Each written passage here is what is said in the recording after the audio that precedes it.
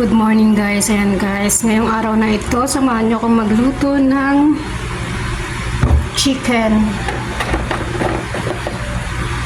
Yan, first, yan, magsasalang natin ng ating kawali, lagyan ng mantika. Then ito yung manok na nilaga ko na siya. Nilaga ko na yan. Actually guys, pinakuluan yan para yung dugo niya lumabas. So, ayan na yung onion and tomato. So, okay guys, start na tayo. Yan, ngayong mainit na yung ating kawali, ilalagay na natin ang ating sibuyas.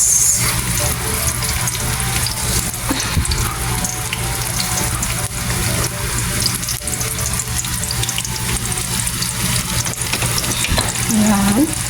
Lutuin siya hanggang sa lumabas yung hanggang sa maging translucent na siya. Yan, hanggang sa maamoy niya na yung kanyang aroma.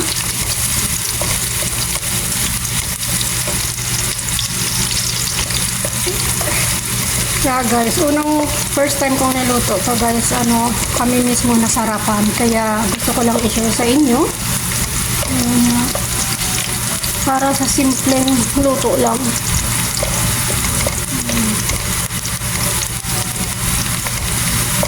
Yan. So, ngayon ilalagay natin ang ating kamatis. Kamatis, guys. Yan.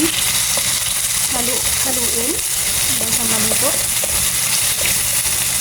But before that, guys, pag ako nagigisa, haluin lang siya guys hanggang sa maluto.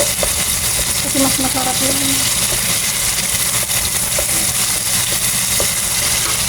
Tapos, lalagyan siya ng asukal. Hindi, haluin.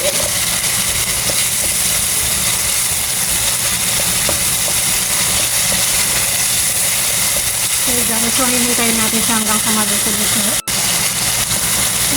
Ganito lang. Alam niyo ba yung kamatis dito sa ibang bansa?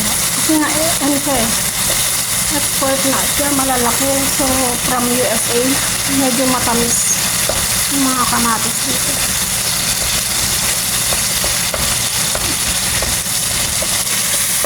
Ganyan lang, dudurog-durogan siya.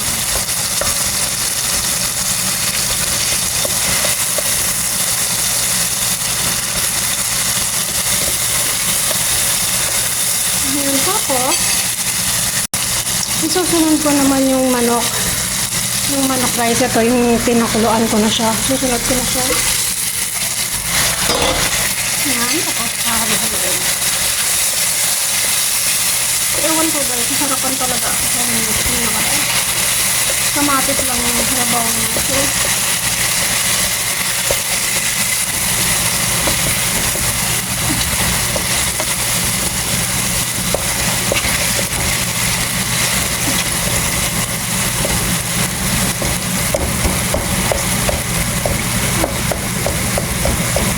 Yan sa mga kapwa ko OFW dyan dito sa Saudi, yan. Para ganito yung gawin nyo sa manok nyo. Kamatis lang yung sahog niya. Hindi na kailangan ng tomato paste. Yan yung pang ulam-ulam lang. Simpleng ulam, simpleng luto sa manok.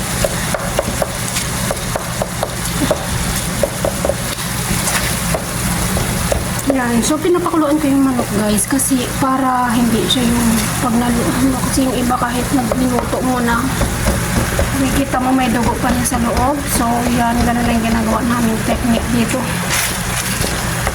Ilalaga na, pakukulaan na namin yung manok para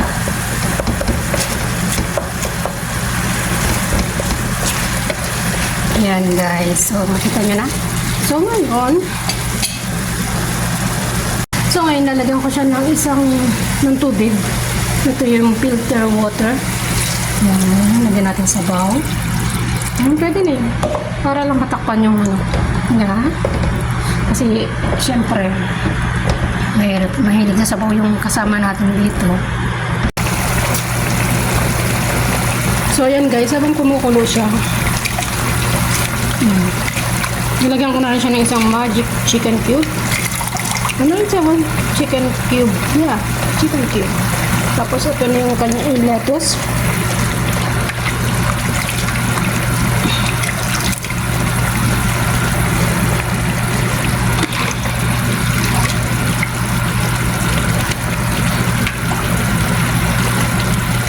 Ayan.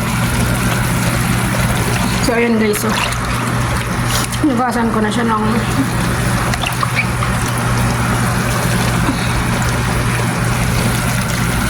so, ayan.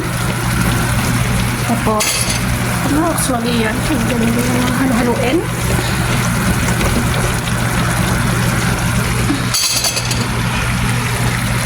Pakpan. A few moments later. So ngayon nga ay luto na ang ating chicken with tomato and lettuce. Ayan, ready na ang ating almusal.